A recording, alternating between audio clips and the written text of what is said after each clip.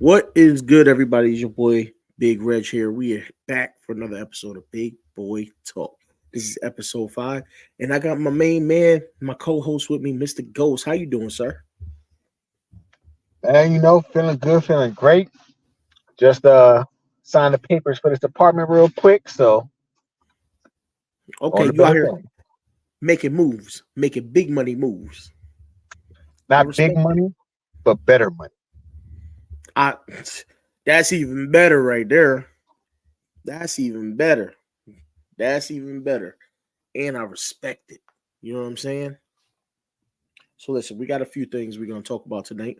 And Miss Yolanda, of course, the first one in the building. And if you watching her stream and you're coming over, thank you for coming.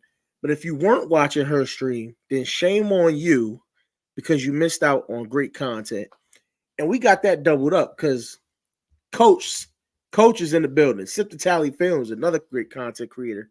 These two both had lives today, and I was in both. And Coach took calls and phenomenal content. You need Ravens content. You got these two right here, right? Ravens Talk with Yolanda. You got Sip the Tally Films. You got the Rogue Pod, LBHT. The list goes on. Okay. I feel, I personally feel like the Ravens YouTube community is the strongest group of YouTubers there is out there. Not only because they're great at what they do, but because they're an actual unit. A lot of guys you see out there, they compete with each other. All these YouTubers do here is lift each other up. It's phenomenal. And my boy, speaking, look, content creation, D Weezy. You got bets? If you got bets, you need to know who to bet on. Find D Weezy, Backyard Action Media. That man get you all the right bets. Get your pockets fat. All right, let's line your pockets up. D Weezy's the man to do that. So everybody, we got a few things to talk about, right? We'll probably get into some Ravens talk later on, but we need to talk about these NBA playoffs coming up. And as we speak right now, a team that I was doubting because of Jimmy Butler being hurt, the Miami Heat are whooping the Bulls right now in the play-in for the 8 seed. First and foremost, does that surprise you? I mean, maybe Bam doing his thing or something. I don't know. I mean, they can win games, but without Jimmy, they're like a second, maybe third round team. Without him, I don't see him getting a championship, but anything is possible. Anything is possible. I like that. Listen, right now their leading scorer is young. I believe he's a rookie small forward, and I don't want to butcher his name, so I'm not going to say it. But he's only got 10 points. Bam is sitting on 4 points as we speak. Four. So he's not the leading cause right now. My guess is they're playing phenomenal defense, which Miami has been known as one of the better defensive teams in the NBA. And hopefully, maybe this will carry them past the Bulls. I did want to see them eliminate the Bulls for personal reasons. Um, my one of my daughters, the older daughters, is a Bulls fan, and I tell her all the time she's a Bulls fan for the wrong reasons, right? She's a Bulls fan because she likes. Well, originally it was because of Derrick Rose, and now it's because of what's his name over there? I don't know why I Tyler always Hero. forget his name. No, um, not DeRozan. Well, she likes DeRozan too. But what's the other guard that was over? Zach Levine. She likes Zach Levine. So it's a light So skin thing, huh? yeah, exactly. So I told her I was like, you like the Bulls for the wrong reason. So I kind of want them going. I kind of want them going for that reason. But Well, I'll no, tell you this. Like Coach always says, maybe Bam's doing what Coach always says, making the play without making the play. he definitely is. Four points, 4 rebounds, 3 assists. Like I said, I think he's playing lockdown defense. I'm not watching the game personally right now because I was getting prepped for this show. so I didn't have a chance to turn it on. But I'm tracking the score right now. The Bulls are up. Speaking of that, Miami gets an 8 seed. Now, we all know you make that 8 seed, that means you got to pair against the 1. Do they have a chance without Jimmy Buckets? Because they said several weeks. Do you give them a chance against the Celtics in any way, shape, or form? I give them about a good 38% chance. That is a very specific number. Okay, I just got you always come out with a very specific number. I absolutely love that because it changes the way things are done. Because a lot of people, I give them 20%, 25, 30, but 38. 38 is a very specific number. Now, is there any reason you said 38, or is that just the number that came to mind? I mean, it's a number that came to mind, the amount of circumstance. You win that first game in the first round, And anything goes. unless there's a big adjustment that's made, you have at least, I'd say at least a 4 out of 10 chance of winning. I like those odds for anybody, to be honest with you. So that would be, if Miami wins, that would be the round 1 matchup. It would be against the Boston Celtics. Now, before we get into the other playing game that's going on later on tonight, let's finish up talking about the Eastern Conference. The Knicks as the 2 seed to be paired against the Sixers. You got the Bucks as the 3. They'll be against the Pacers. And then you got the Cavs and Magic 4 and 5. Shout out Orlando. We in there, baby. And we're Hendo. I need to get a hold of Hendo because we had a little bet. And I know you remember this. You was on the show when we had the bet. I bet Hendo that Orlando was going to make the playoffs. And he said no chance in hell. I don't remember specifically what we bet. I might have to go back and find the stream. But I won that. And not only did I win it, my team is in and his team is out. Just saying. And we'll talk more about them when we go to the Western Conference. But I got the things going on. Knicks beating 76ers also. You got what? I got the Knicks beating the 76ers. I respect that. Now, if Joel Embiid plays like he did towards the end of that game, that last game, it's going to be tough. If he could do that from start to finish, the Sixers are going to be a problem all the way through. There'll be a problem all the way through. Coach say this in the chat. Yeah. He's a monster. Like he's a monster, but he wears down. That little fast, was it Jalen Brunson? Yeah. He don't wear down. So if you're going to take on a plus minus. Randle, he's going to be on Randle. He's not going to be worried about Brunson. I know, but I'm saying on the plus minus side, not direct matchup, but on the plus minus side. Oh, well, yeah. Brunson can be on the court way more than Embiid and still be effective. Yes. Yes, that is agreed. Like there is a Julius Randle. Who's gonna match up with his plus minus? Maxey. Maxey's been playing out of his mind. Brunson's gonna have to worry about Maxey. So I'd give it to Maxey on that one, but I'd give it to Brunson versus Embiid as far as plus minus ratio. Yeah, but Maxey been balling out of control.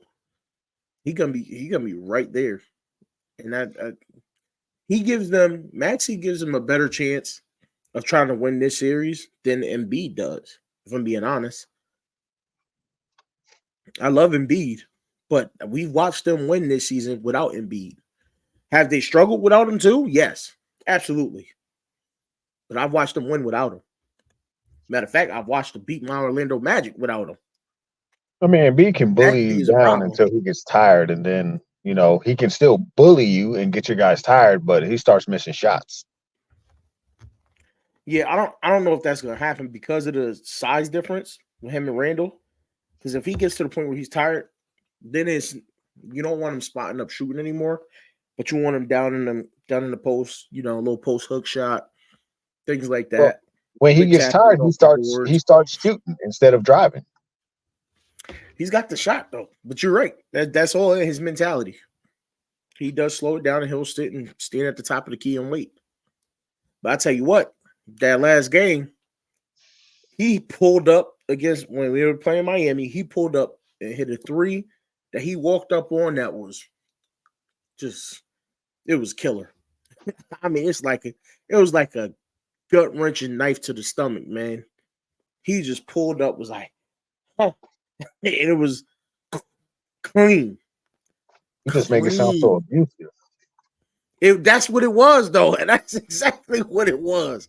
It was very abusive. Like it was crazy. And then he followed that play up. They get the ball back again. They give it to him down low. He goes up with one hand, gets fouled, and still gets the basket in. Still gets it. Gets the and one. That's how he closed the game out. It was crazy. Him and Batum was playing madman defense. He had a key block at the end of the game on a three-point shot. It was a performance that made me look at Philly and say, I think they're a bigger threat than we thought.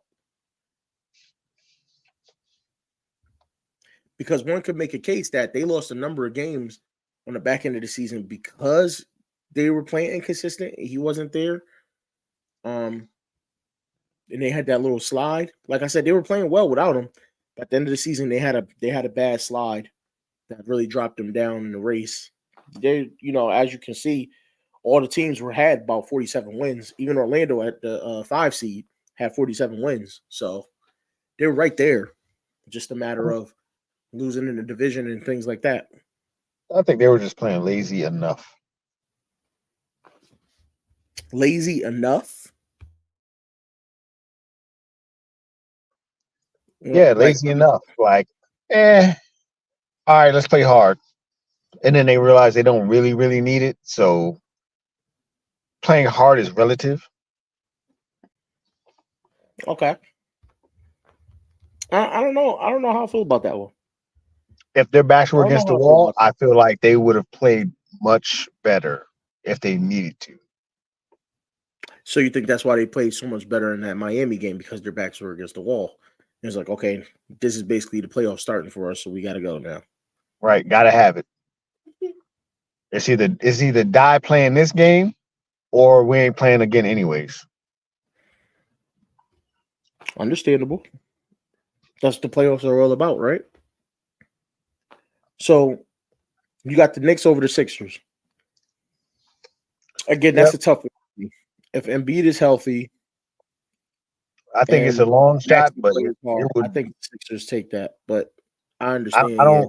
I don't think it's just straight up. I think it would be a culmination of situations. Yeah, agreed. I agree with that. I agree with that take.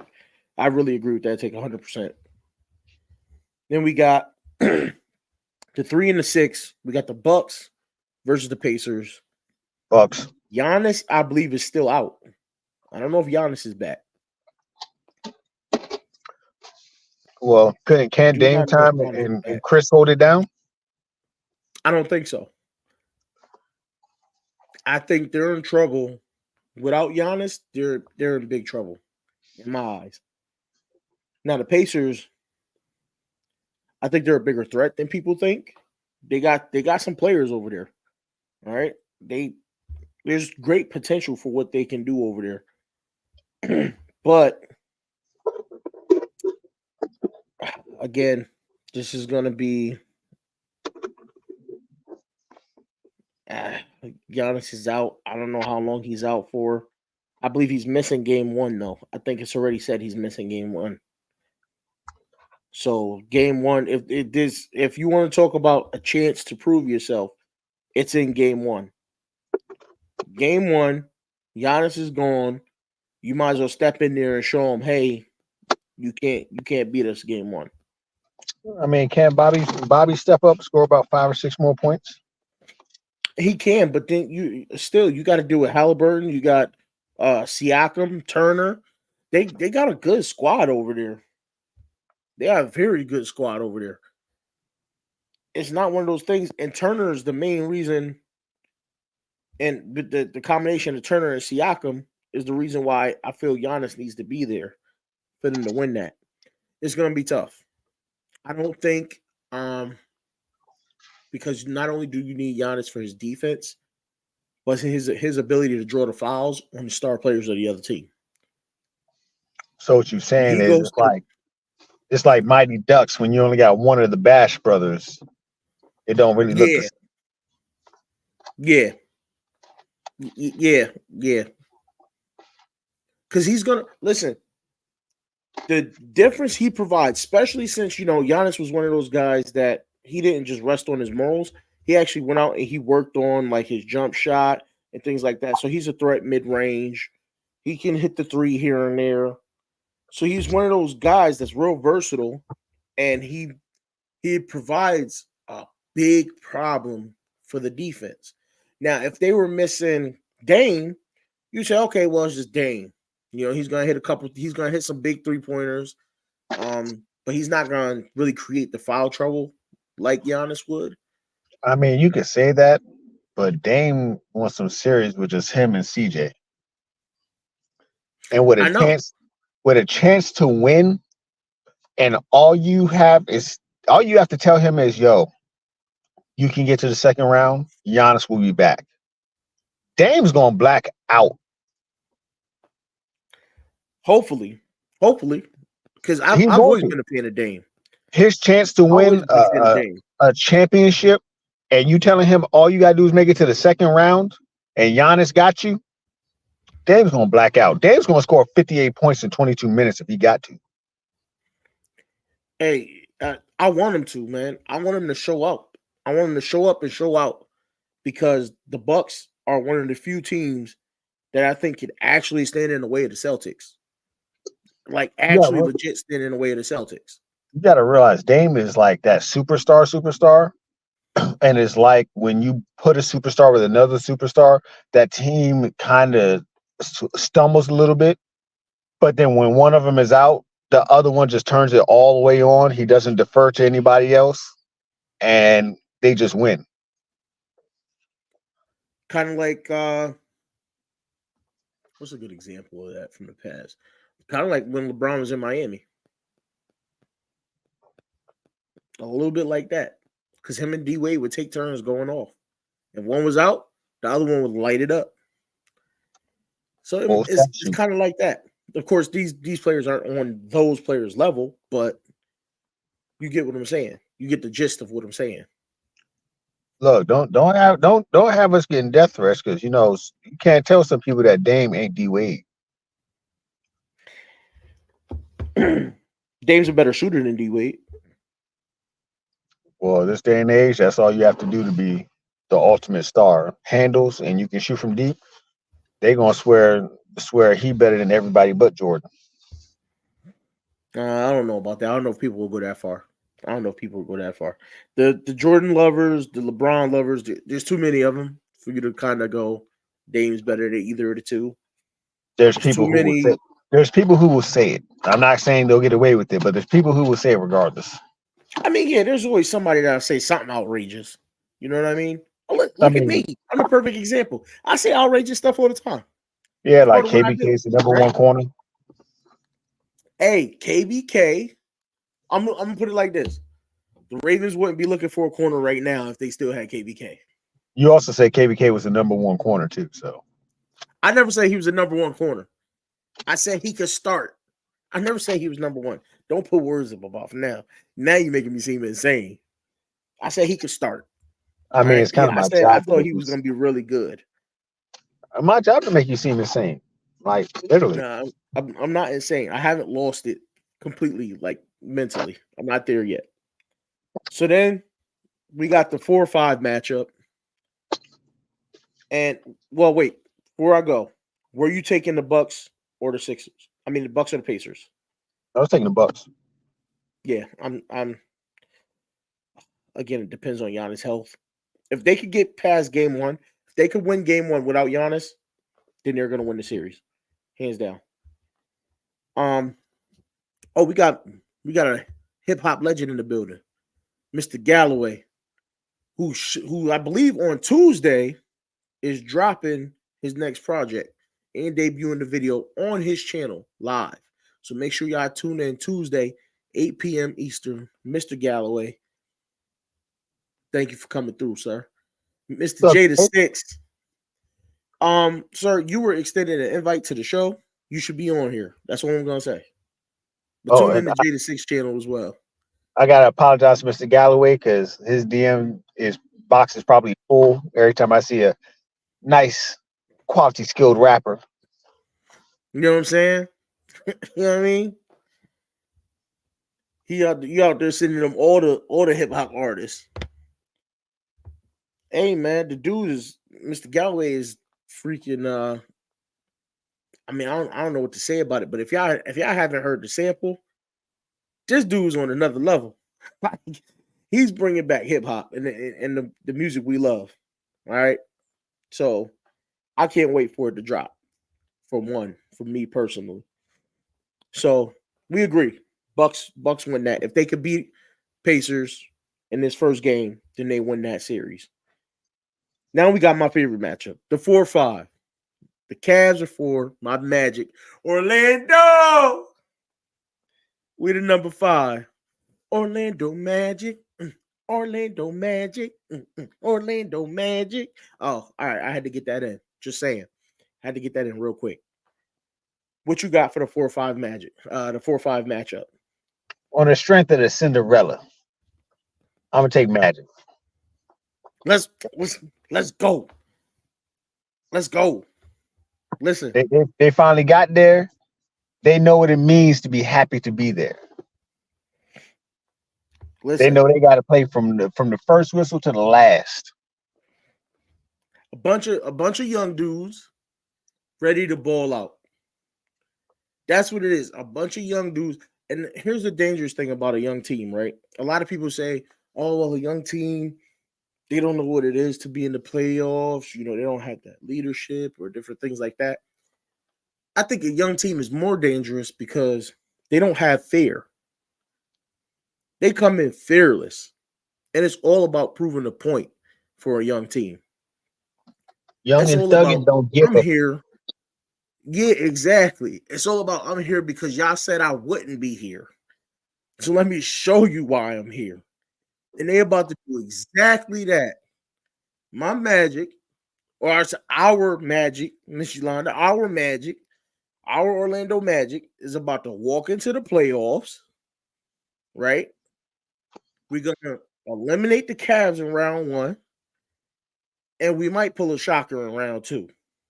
Obviously, it's going to depend on the matchup, but I think Orlando is one of those teams that come into the playoffs and they have the players to match up against any type of squad. We got a bunch of lengthy guys, so those tall teams, the teams with the big players, we can match up against them. We got the short, quick guys, so when the team wants to play us and go small, we can do that. That's when we end up running Paolo Banchero as center rather than power forward or small forward. And Franz, let me just talk about Franz Wagner real quick. Franz Wagner turned out to be a lot better player than people gave him credit for at his past team. The dude, he does his thing. He averages about 20, I think it was 22 points a game, something like that. You pair that with Banchero adding his 20 plus, and then Wendell Carter Jr. at center. That boy's been bowling out. And I didn't even get to the cards yet.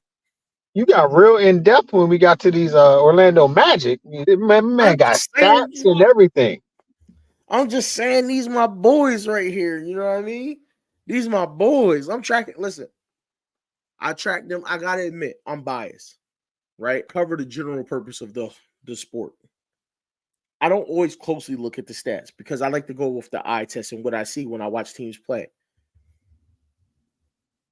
But when I watch Orlando, I like to peek in at the stats every once in a while. I like to make sure I'm keeping pace with what they're doing because a lot of people come at Orlando, and we're one of the teams that's looked at as one of the more poor three-point shooting teams in the league. But you see this stat right here. Hey, go get ready. Go bet on it. Go bet on it. it's one of the for us to shoot the way we've been shooting all season, and we're supposed to be one of the worst 3-point shooting teams in the league. That's our Achilles heel. Everybody goes, well, the Magic needs shooters. The Magic needs shooters. So, like when we drafted Anthony Black, everybody was like, why'd y'all draft him? Y'all need shooters. It's Florida. There's Why'd you shooters draft another everywhere. oversized point guard? That's what I'm saying. Our centers shoot threes. Our power forwards shoot threes. These guys shoot. Everybody, they don't all shoot it at a high clip, but they all shoot. And hold on, is that what I think it is? I'm sorry, I just got distracted because out of my peripheral, I'm watching WWE. I do follow WWE and I do cover it. And I will have a stream or a show, a video I'll put out maybe covering WWE. So for those of you that like WWE, I will be covering it. I'm watching SmackDown right now. I think Is my they're about next to girlfriend unveil on there? a new WWE championship. No. And Okay. if your woman hear you say that, man, I was looking for a boot to come flying through that window behind you. I ain't even gonna lie to you, bro. See, I I'm in thought the your car. life was on the line. I'm in the car, so Yeah, but I thought you were still done for. You know, they hear everything anywhere. I'm No matter allowed where to you at, be what you imaginary doing. girlfriends now. I'm allowed to do that. Listen. I in no way, shape, or form have anything connected with what he is saying. Long as y'all know it's an imaginary girlfriend and she know, then I'm good. I start believing it's real, it's gonna be a problem. Not just for you, for me too. Because she was like, you solicited this. I didn't do nothing. I had nothing to do with Look, it. that reel came across my desk. Who is this? Listen, I'm just saying. I got nothing to do with nothing. That's all I'm saying. Blame Nothing to Instagram. do with nothing. Yeah, blame IG. I don't have IG, so yeah, blame IG. And Jay, he's making me proud too. Cole Anthony is making me very proud because the boy been balling. Okay, him, Jalen Suggs, the whole squad has been playing out of their minds, and I love it because they play like a young team who don't care. They play like they got nothing to lose, which is the truth. When you've been down in the dump so long as a franchise, y'all come in, y'all ball, y'all got nothing to lose. I'm excited, man. This year and every year going forward, I think we're going to be a threat.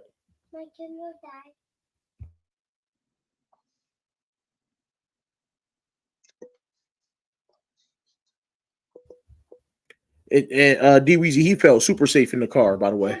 I don't know how safe he should feel, but he felt super duper safe. Look, let's just say it's an RT Challenger, and I know how to drive like a bat out of hell, even in a '98 LeSabre.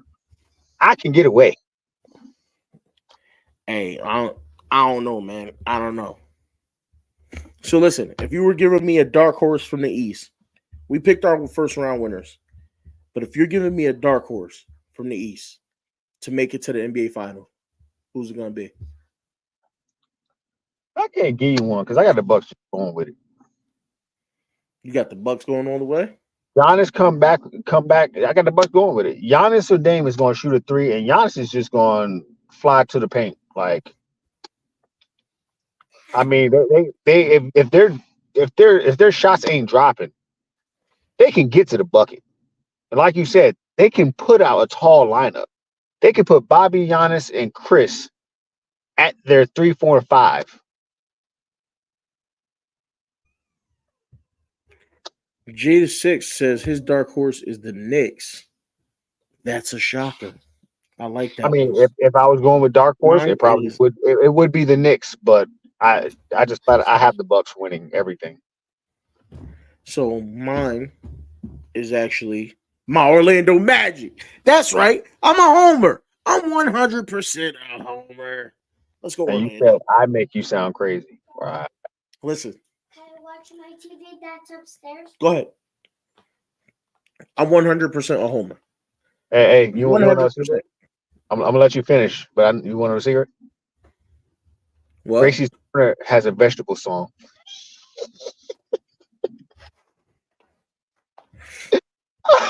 Oh. Hey, bro. Anyway, Orlando for the win. Hey, D Weezy, do you know anything on the timetable for him to come back? How long he's going to be out? I know he's definitely missing game 1, I believe, but I don't know if he'll be back in time for maybe game 3. He'll be back by game 4, and he gonna come out of the locker room like Lamar after he had to take that dump and throw that touchdown over Cleveland.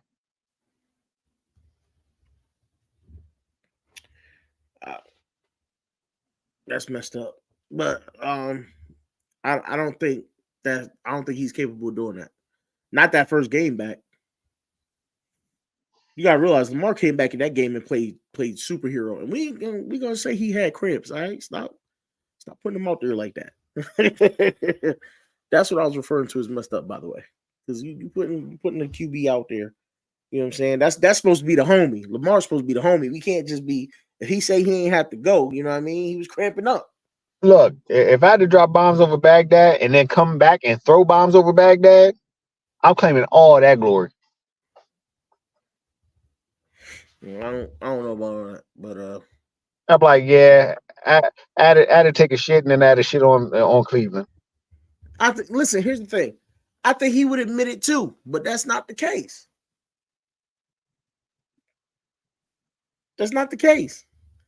The case is he cramped up, you know what I'm saying? Because he was out there juking I him just up. feel like it sounds better that I had to shit in the toilet and I had to shit on y'all too. I mean, that sounds more gangster to me. That do sound like that sound crazy. That sound crazy. But it's it's wild disrespectful for one. But it's also like, what was you eating that you had to bounce that joint set on you at that point in time? I'm gonna tell you a secret. I'm gonna tell you a real good secret. If y'all expect me to play football and be hungry, y'all tripping. I mean, they're not saying be hungry, homie. I'm eating in the locker room right before we go out to the game, and I'm eating at halftime. If I don't have my calories, we got an issue. All right. So listen, let's switch gears. Let's go to the Western Conference. We know the Lakers locked up the 7th seed, so they're paired up against the Nuggets. I'm gonna be honest. I got the Nuggets winning that series. I respect LeBron, but I think it's I don't think he can carry those guys, and I don't trust AD. What do you think?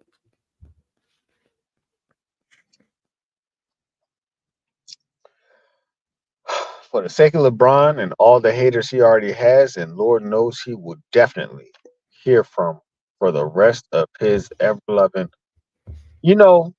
My godchildren love me so much. I mean, so much that my niece just sent me a picture of old El Paso spicy jalapeno cheddar taco shells. Cause she know I'm about to try those. I'm gonna have to. But back to LeBron. For the amount of haters that he has, God forbid he ever lose in the first round like Jordan used to for about 4 years straight. They won't let him hear the end of it. Yeah, they won't let him hit the end of it, which is sad because I think he's done enough in his career to prove how great he is, and the fact that people keep first and foremost, they shouldn't be comparing LeBron and Jordan anyway. 2 different eras, 2 different styles of basketball. We've been through Different this. We've styles had of this player. conversation on. Two different styles of player. Like, yeah, 2 different positions and everything. Like so really the comparison shouldn't even be there.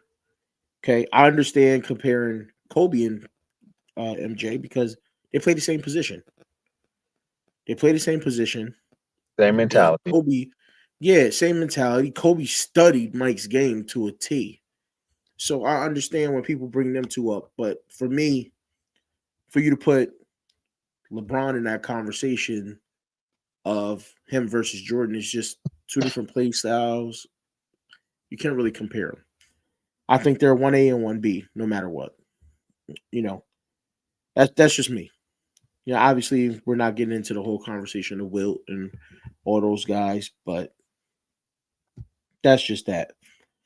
But LeBron's at a point now where people shouldn't look at LeBron and hold him as the number one accountability for a Lakers loss. The man's what, 38 years old?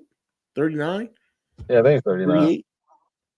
Yeah, 39. So how are you really blaming this man?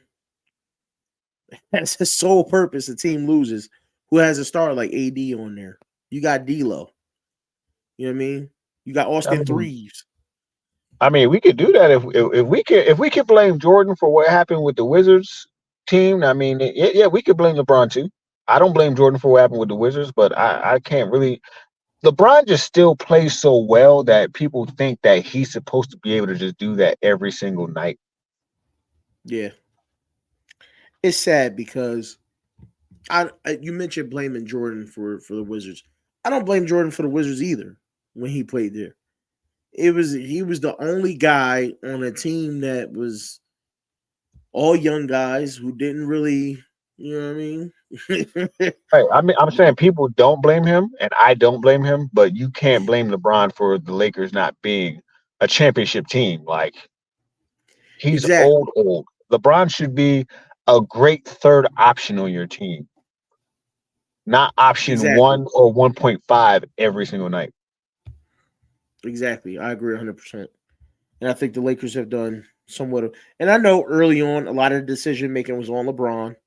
So it was like they would look at LeBron and say, well, LeBron wanted them to trade for this guy. LeBron wanted them to trade for this guy. LeBron wanted them to sign this guy. Hey, Mom. Okay. But at some point, you have to do your job.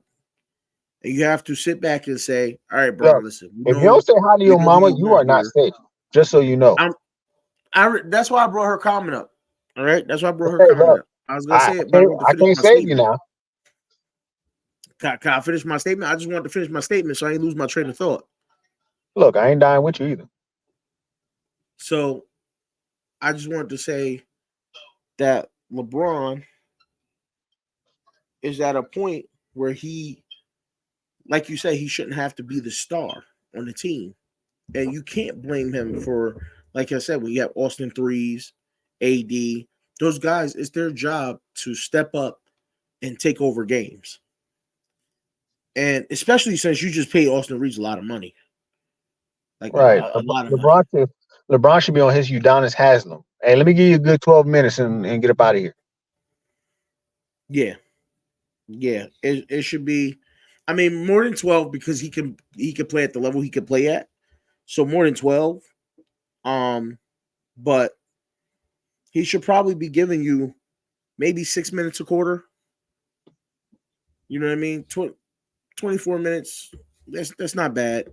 Playing half a quarter each quarter, it's not bad. Isn't he closer to 28? I'm just saying that's a good number.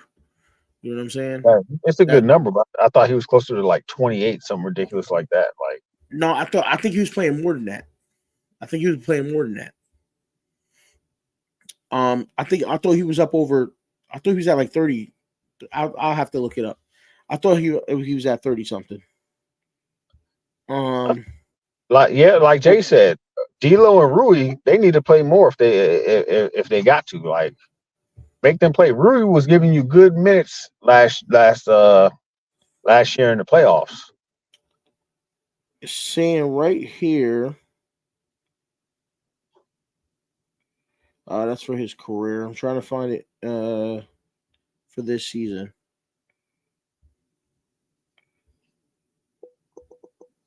This season, hold on.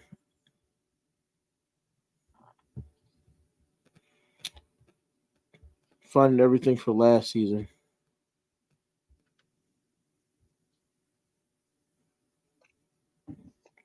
I think it was 37 this year. Was it?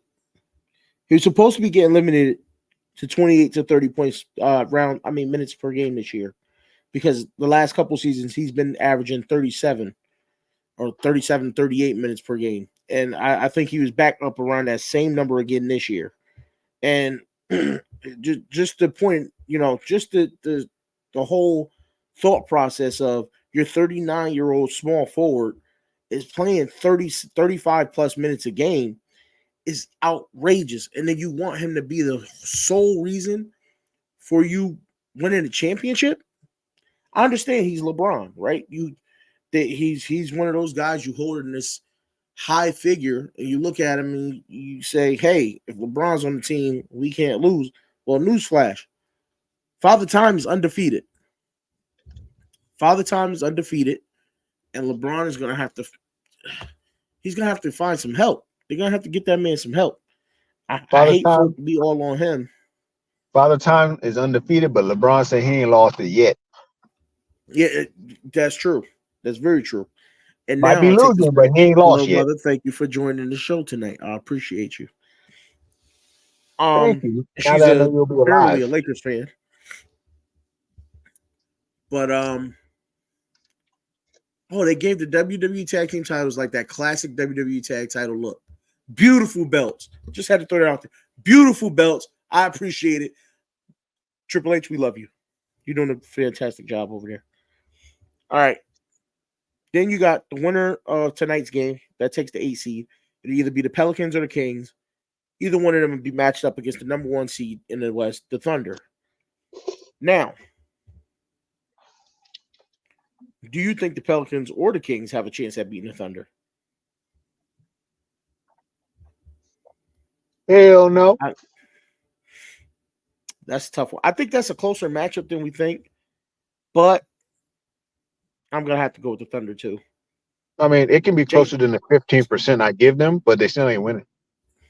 Shai Gilgeous-Alexander is just that dude he's a problem. Like, do you realize how many points he can score? I think he dropped 40 the other night, I think it was, or a couple nights ago, a couple weeks ago, and he didn't shoot any 3-pointers. Do you understand how hard that is to score as many points as he does without shooting threes? Like, the man's talented. They got some crazy young talent over there. It's gonna be a fun playoffs watching them. So I think they'll get past the first round. Like we said, we picked the Nuggets as well. So far, it seems like the higher seed is coming out on top with a lot of these matchups. But then you got the 3 and the 6. Timberwolves versus Suns. Who you got? You got KD and D Book. You know it's DC all day. KD, Bill, and DC Connections got to ride. New text message from Kimura. Yep. Look at you. You getting in trouble as we speak. Nah, my child said those taco shells are good with Chipotle. So you got the Suns. Here's my thing. I got to rep that DC area since the Wizards stuff. Here's my thing, right? We all know Minnesota's got a monster over there. Who's going to defend that monster? Are you telling me you're going to put KD on him? Like you said, didn't you say the other night we're going to shoot the stars out the sky? That's one of the things too. The Suns are primarily a scoring team. They're not going to come out here and play any defense. But they have to be on point with their scoring if they're going to hold off the Timberwolves. Because Cat's going to get buckets. Edwards is going to get buckets. Buckets. But Bill will get buckets. KD can get buckets. Booker can get buckets. But only one of the teams plays defense. You can play defense, but you know what? I had to stop myself on that one because I forgot Mom's is watching. But yeah, if you spread the ball around properly, you can play as much defense as you want, but it's still going to be a problem. Because the Suns are what they call a top-heavy team. They're a top-heavy team. You got D Book, and that's almost it. That's almost it. Like as far as guaranteed threats, that's pretty much where you stop. And a lot of people looking around the league, a lot of people don't even see them as a top tier duo because they don't feel D Book is a real threat. What you think about that one? Do you think D Book is a star player? Is he a superstar? He's not a superstar in my eyes, but do you feel he's a superstar? He's a star, but not a superstar. But you got to realize Bill made the playoffs by himself in DC. So if him and KD can come together, they can supersede whatever Book ends up not doing. I don't know. It's one of those things to me. I just think the Timberwolves defense is the difference in this. I don't like betting against Kevin Durant. I don't. And I like D Book. I do. Like, he's not a superstar to me, but I like him. But I'm going to take the Timberwolves over the Suns. Unfortunately, for the Western Conference, I have basically all the higher seeds winning. If I'm being honest with you. This is the one matchup where that 4 or 5 is the one matchup where I say, okay, this is a toss-up. And that's my point, D-Weezy. That's why I keep saying they got actual defense over there with Minnesota. That's why they're going to be a problem because of Rudy. And but that means that shuts down your ability to score in the post. And then you have the length to defend KD outside on the perimeter. It's going to be an interesting series. It's not just KD though. I Like, know it's not just KD, but that's what I'm saying. They got the guys though. Anthony Edwards. Edwards is nasty, but offensively and defensively. yeah, and I give you that he's nasty, but you keep just saying Book. Like, I'm not worried about Book. I could care less about Book because I've seen Bill score in every single way necessary. Even when John Wall was running around doing his crazy thing in DC, Bill was shooting threes, shooting mid range, driving. He was ISO. I feel that, right? But he hasn't been all of that since he's been in Phoenix. He hasn't been that. That hasn't been. He's still been good. He's still been consistent. Like he's still giving you points. He'll give you buckets. He's still a threat, but he's not been that. So he's been number 3 behind Book. But that's why I say they top heavy. If you can get out there, if they can't play defense, and this team has shown that they don't play defense. If they can't play defense, they're going against a team that is going to play defense. And if you're telling me I don't have to defend anything but the perimeter because we got 2 big guys got the paint on smash, that's a problem for any team. Any team. They're going to be hard to stop throughout the entire playoffs. They're the one team I think could give the Nuggets a run for their money, if I'm being honest, because I think the Nuggets are going to beat the Thunder because Thunder to me have no real. I like Chet. I do. I like Chet, but he's not going to stop a legitimate big man in the post, right? He's gonna be able to stretch the defense by stepping out, shooting the 3, but Chet isn't going to stop a legit big man in the post, and I think that's where I think the NBA is slowly starting to see you need a legit big, that not only shoots threes now, but actually plays and guards the post. That's still a thing. Like if you're going to play any sort of defense, you need a legit big. And the Nuggets and Timberwolves are the 2 teams in the West that have it. I think Jokic is making them bring back that Shaq type roster building where you had to have like 2 or 3 big guys just to deal with him. And now teams are like, okay, if we go all small ball, Jokic is going to look like a 30-year-old man playing against like first and second graders at lunchtime. Yeah, and unfortunately, it doesn't work. It really doesn't work. Because we watched teams play small ball against them, and Jokic still went out there and just dominated even more. Jokic was like, remember, I can stop and pop the 3. I can get down in the post and beat on whatever small guy you decide to put in there at the 5 while I'm in here.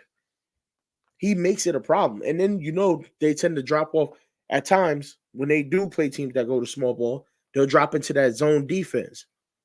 Now he's only got to worry about an area and not a player.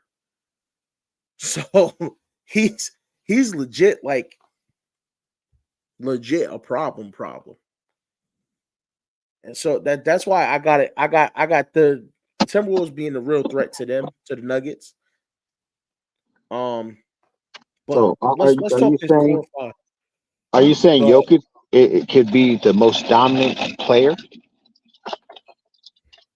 I don't think there's like anybody Shaq out there was? that disagrees with that. Yeah, I think 100% Jokic might be the most dominant player in the league right now. No, I mean ever. Oh no, not ever, not ever.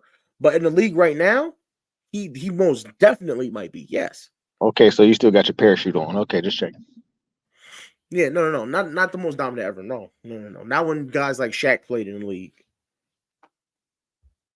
You know what I'm saying? That Shaq was a different beast. A young Dwight Howard was a different beast, despite what he was doing behind closed doors. The 4-5 matchup. Clippers. You mean locked and Mavericks. kidnap doors? Yes. I didn't want to go that far in, but yeah. No more locked.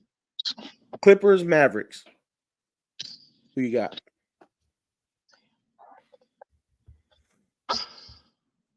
Are the Clippers actually healthy? I don't know. I haven't looked up anything about the Clippers' health. I'm going to say yes, though, because last I checked, they were. That was a while ago. If you can tell me the Clippers are healthy, especially with my boy coming off the bench, Westbrook coming off the bench, I'll give it to the Clippers. So,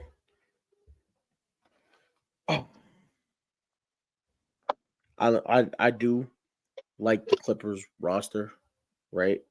It's probably the heaviest roster name-wise, right? James Harden, Kawhi Leonard, Paul George, Terrence Mann. Hold on, I might have to change my vote. You said James Harden?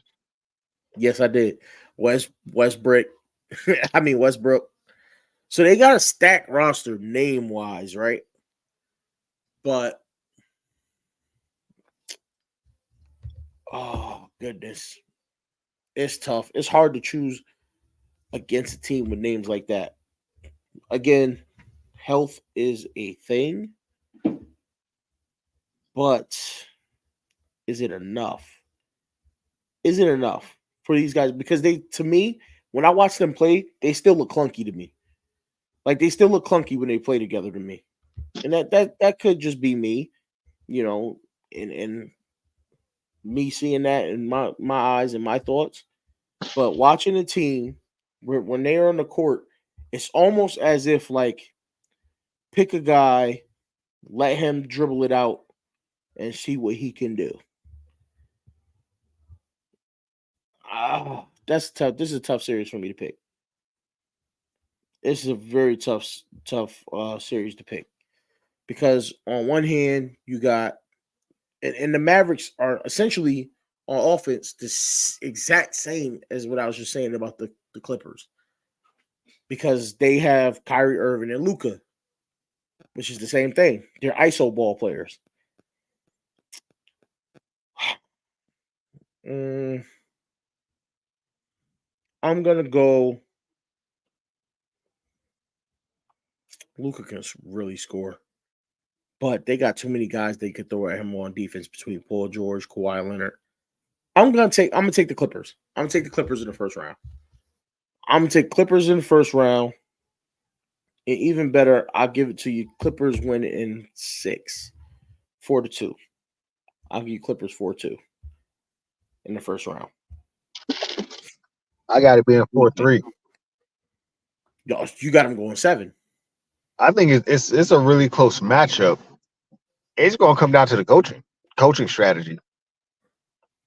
Yeah, I mean, coaching neither of these strategy teams and if streaky shooting and coaching strategy could make the biggest difference in this setup.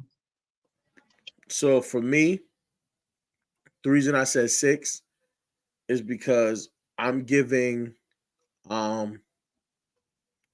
I'm giving the edge to the Clippers simply off of you got too many stars, right? You got too many guys where you got to say, hey, go double him. Hey, go get him. If PG plays like playoff PG, you know what I'm saying? And Kawhi is back to being old Kawhi. And again, if you could get legit minutes off from Westbrook off the bench, that's going to be huge. So now in tonight's game, who you got winning tonight's game between the Pelicans and the Kings? I'll take the Kings. I don't trust the Pelicans. I'll tell you what, is Zion playing? I don't think I ever heard what his injury was. So I don't know Even if with he's him playing. playing the Pelicans playoffs, yeah, I don't trust it. Zion is out. Zion is out. So with Zion being out, I'm taking the Kings. I know they're missing a power forward too. Malik Monk off the bench. But them boys just showed that in that other game. They don't need him. They don't need him at this very second. Not for this matchup. So I'm gonna take the Kings, and then it's gonna end up Kings as the 8 seed in that matchup. So should be a good game. And then we're gonna have a good series between them and the Thunder. Because I think the Kings, out of the two, the Kings will match up against the Thunder better. And De'Aaron Fox, that dude is explosive. Like explosive. But we'll see what happens. So now give me a dark horse from the West to go to the championship.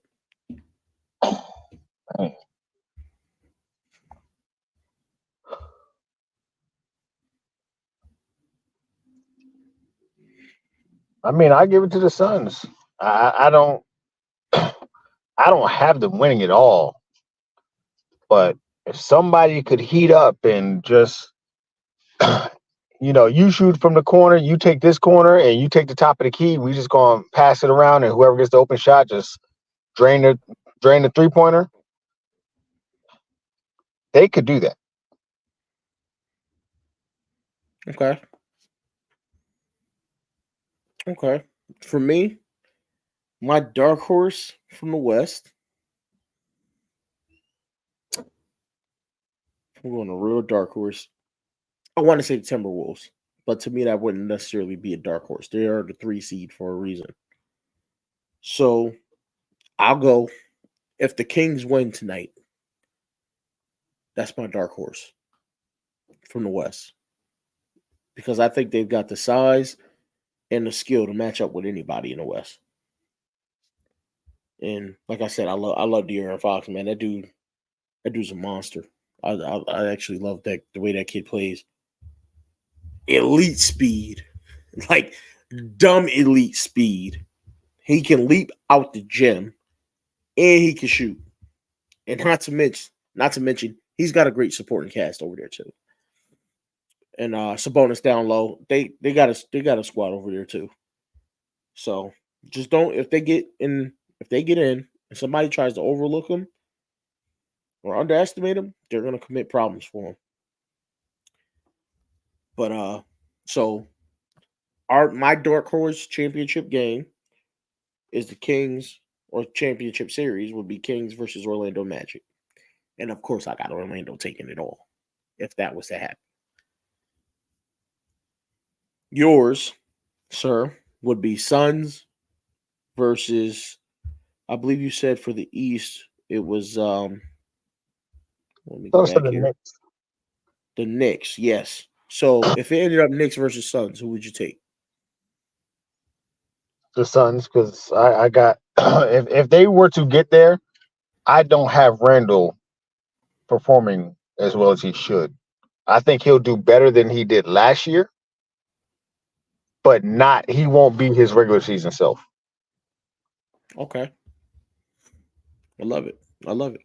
I really do. All right.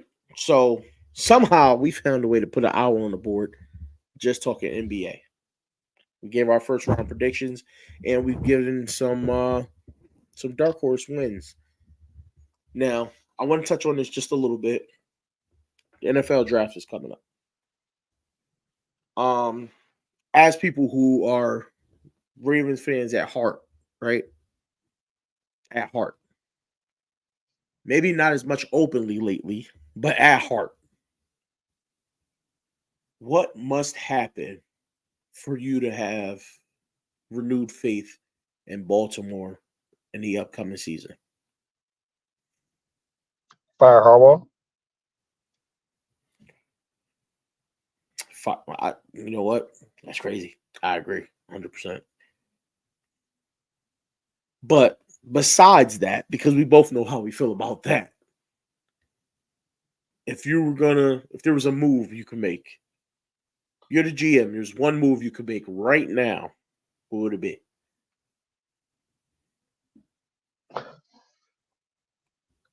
Can I make one move with two names? Sure. Cut Megatron and Marlo. Interesting. It's $40 million. Hell, Andrews too. It's damn near $50 million. I could build an O line with that. I'd probably more lean towards trading Nope. Andrews and Marlowe. Cut them and pick up players just like we did uh with our right guard, the one that we let walk out the door recently. Oh yeah. And D Weezy says the Heat are up mid fourth quarter by 24 points. So it's looking like it's gonna be the Heat. Congratulations, Heat. Congratulations, Heat. I love it. Without Jimmy Buckets, by the way. That's huge. That's what I say. If they can win this game without Jimmy Buckets, yeah, That's huge. you at least had a 4 out of 10 chance of winning, even if it's the 1 versus 8 seed. Well, they say he's gonna be out several weeks though. Yeah, but if you can take game 1, then you could probably, especially if you take game 1 and you're the 8 seed, you're the away team. He says, J6 says Heat just more battle tested. And D Weezy says Bulls just been bad. And that is true. I've seen a couple of games where I was offended by the way they were playing. I could see a sweep. Celtics in 5 or less. I could see a sweep happening without Jimmy. Absolutely. As long as they don't fumble the bag. What was you saying, sir? I forgot what I was going to say. Happens to the best of us, especially me. So that was the show for the majority, right? Now I just want to get your thoughts on one thing, and it's probably a question I'm going to ask most, if not all, of my guests at some point in time. Oh Lord. Give me nothing crazy.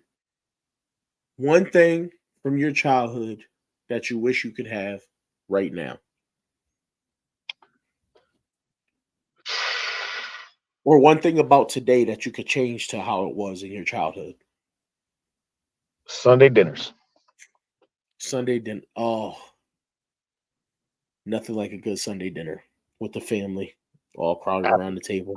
After church every Sunday. And I don't even have to ask why that was significant, because I think everybody out there knows that that's significant right there. That's huge. That's a nice one. I like that. For me,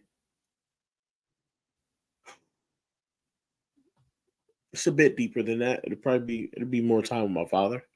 He passed when I was 3, so just to get more time, learn a little more, have a deeper conversation and actual, you know what I mean? Actually get to talk with him and learn some things about being a man. Um Right. and Understandings. different things like that. Yes. Like having a better understanding of things. And it would have been that for me is what it would be. That is that's just awesome for me, you know? But hey, that's tonight's show. We gonna cut it short. We made a clean hour. We ain't push an hour and a half. We ain't push 2 hours. I'm loving it. Before I But the people go, demand more. I didn't see anybody say more. Before we Give go, it give it 27 seconds. It's a time delay. did you watch? Did you watch X-Men '97? I was out of town all week, and their Wi-Fi for some reason in the part of the building I was in, their Wi-Fi was like jacked up. I even got Disney Plus before I left, so I would be able to. And it's like unless I watched it on my phone, it wasn't going to work out. And I was like, I'm not about to watch on my phone. I need at least a computer screen.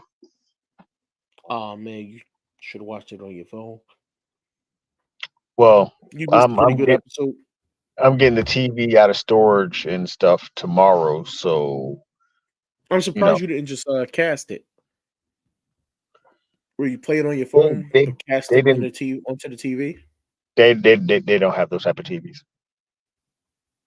That's why I Uh, said I'm okay. getting my TV out of storage. Since we have the apartment now, I'm getting my TV out of storage, and then I can cast it from my phone to that TV. Yeah, I dig it. Jay, talk about X-Men '97. Is that what you're talking about, sir? No, Yeah, we're man. not It going to was talk about it till you get on the screen. You get on the screen, we can talk about it. it was a Did he phenomenal. watch Echo yet? Did he watch Echo yet? Talk I don't about know being if he watched behind. Echo, but he did watch this episode. So what you're saying is when you asked about the Echo thing, so we can all be on the live stream talking about it, Jay ain't have time. But boy, say Remy LeBeau gonna be on the show, and my boy got all the time in the world. Well, hold on. So in his defense, at the time of Echo, he had a lot going on. So I'll give He him a could pass. have went back I'll for give him her. a pass on that. Her ancestors I, came back for her. He could have went back for her. I'll give him a pass on that. And then he said he's got the kids tonight. I do too, but I give him a pass on that because I understand. I think he's got a younger one than me, so I get it. Mine's is upstairs chilling right now. She's upstairs Turn on, in her room watching her TV. turn on Gracie's Corner, Jay. Get them trap beats going with the alphabet. True, true, Jay. True, he's right about that. X-Men '97. Just to give you a quick synopsis of what happened. Starts off with Professor X and with Lilandra, and they're on the ship, and he's actually walking. Okay, Crip walking turns out to give him or pimp no walking. walking like pimp walking. All right, they give him an exoskeleton that kind of hides the fact that he's crippled. It helps him walk around. So Lilandra makes the announcement to her people that she wants to marry Xavier and he's going to be the new emperor. Okay. Xavier. But yeah, so listen. Xavier showing some freak too, because they was walking at one point, and she goes, no, he goes, he was like, because the way they announced him, they announced her as the empress, and she was like, and her council or whatever. And he was like, look at the way they just say it, like I'm a dog, right, or like I'm just your pet. She goes, like a dog. He goes, maybe I prefer that though, and gives her a look. So he in his freaky bag, like he in his freaky deaky bag. So it's the episode is very, you got to watch it. It's very interesting, but it gets to a point where I was telling Jay, Professor X is a narcissist, and it starts to show. Okay, he's going through all this, and somebody says, "Listen, if you really about our people, the only way to prove it is to leave your past behind." Because if you become emperor, you're going to try to make us live down on earth with your people. He's like, no, I won't. He was like, listen, if you really want to do it, then prove it. Forget the past. He's like, well, he's like, and she goes, we're gonna erase your memories of your X-Men or your whatever. And if you're really ready to move on, you'll allow it. Right? He goes, fine. So they're getting ready, they're getting ready to do it. All this stuff goes down, people start fighting. Then he's like, he basically says to himself, Xavier, what are you doing? Show them who you are. And all of a sudden, he gets in all their minds during the classroom. He's talking to them. And then out of nowhere, they all turn into bones and dust. And then he basically sees Gambit, Mr. Remy LeBeau getting killed. Sorry, still hurts me a little bit. He sees Gambit dying. He sees all the X-Men in trouble. He breaks out. He's like, I have to return to my X-Men. They're in trouble. I can't stay. I'm sorry. Now, me and Jay talked about this. If my woman goes out on a limb in front of all her people and says, you're going to be the emperor. You're going to help run an empire like never seen before, right? How do you then turn around after she stuck her neck on the line, turn around and say, nah, I'm gonna go back to my X-Men. I'm gonna go back to my X-Men. They're in trouble, you know. And Jay brought this up. He's like, I wouldn't have left her. I wouldn't have. And I agree. But this is where I said it. He's a narcissist. He feels the X-Men can't survive without him. He feels no one basically can survive without him. And it's, you know, it's a narcissistic attitude. It's a narcissistic standard. And to me, that's just who his character is, right? He believes he's Mr. Unstoppable. He can fix any and everything. Well, so here's where I'm gonna stop. It may not have been he thinks he's been. It may have been. So tell me, I can let somebody tell Reg, you can be rich, but you can't be you at the same time. You can't lead us because you know other people. Bruh, I would throw the just so fast because she's like, yeah, you got to erase your memories to be up here. Oh, I do. Okay, bye. And if I got people and I'm seeing him die, Storm's hurt, God knows what Magneto's going through, all this type of chaos is going on, and I could help, even if I'm not the one who can save the day, I could help. I'm gonna go help. How you gonna tell me, oh, to be cool with us, you can't rock with who you used to rock with? Reg ain't doing that in real life. No. I understand that. 100%. 100%. But you got to understand from the standpoint of watching the show, he had already been up there and awake. He's been awake for months now, for a long time. Has not once used his powers or thought about the X-Men. He had made the decision that he was leaving that life behind for her, which is what led to her, led to her saying that she wants to marry him. But what you're also saying is he's seen his people in despair and said, I got to do something about it, which is exactly what Reg would do. Yeah, yes, I would. So you're a narcissist. Right, I would. No. I look, I need to clarify this now. No. I'm gonna clarify it because if the situation was that I've been away, right? When I woke up from whatever coma or hurt I was in, right? When I was taken off the planet, I got a hold of my people from the word go. The reason he's a narcissist is because he said, they good. He woke up, right? He woke up And the first thing on his agenda was, I'm not doing nothing but clapping cheeks for the next 6, 7, 8 months. Forget the X-Men. I mean, can you blame him? He makes the emphasis. I can, because he makes the emphasis of You can saying they're clap some good cheeks without after him. 20. You can clap some cheeks after 20 years. You clapping Listen, everything. he's made the excuse that they can get along. This is his whole argument, is that they can get along without him. You And can't then he then saw see them and then he struggling and saw a decide, nah, vision. they need me. That's a But you said, narcissistic behavior. It's but not. you saw a It's not. vision. You said It's he not saw a like he vision that said. they need him. Yeah, but it's not. Hold on, listen. It's not. They didn't see. He didn't see a vision that they needed him. He seen a vision that they were in trouble. Now, if he would have bothered to check on the X-Men at any point prior to when he did, right, when they kind of ended up in his head by mistake, because he wasn't even checking on him at that point. It came in there by mistake.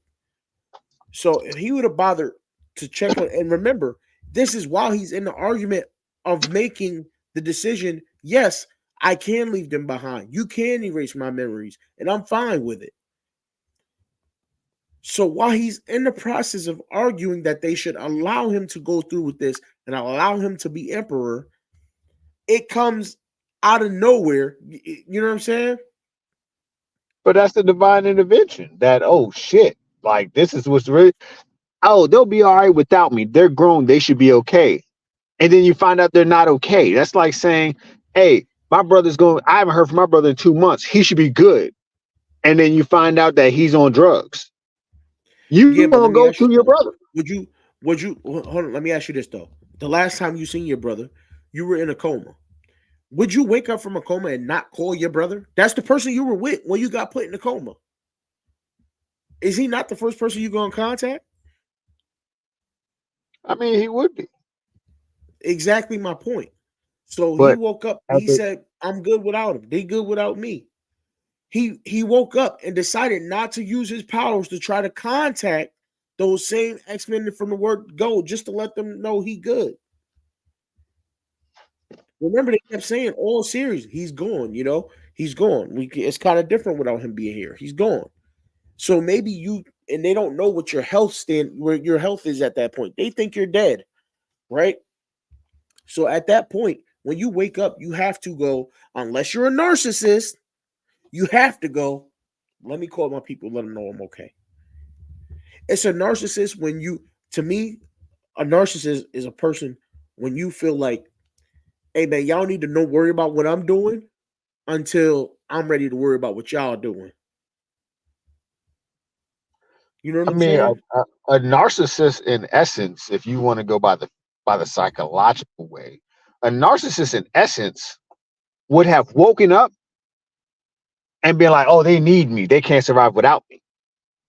He woke up like, I think that they're mature and they can handle things. And though it may be by accident, I didn't check on them because I felt like however long I've been gone, they're probably surviving perfectly fine right now. And then it's like, wait, Gambit's gone. Like, what the hell else is going on down there? I need to see what's going on. Because if he woke up and was like, oh yeah, I'm fine, but I'm not coming to see y'all because I got some cheeks up here.